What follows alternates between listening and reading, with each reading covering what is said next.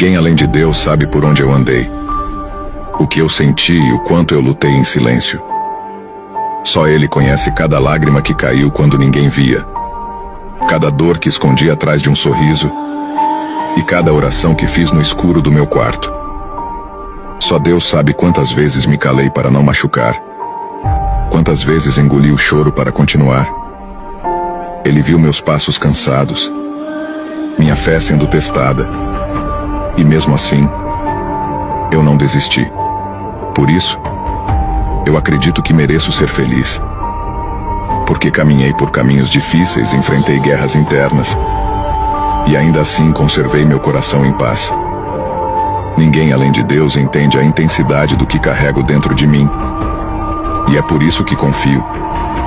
Minha recompensa virá das mãos dele no tempo certo.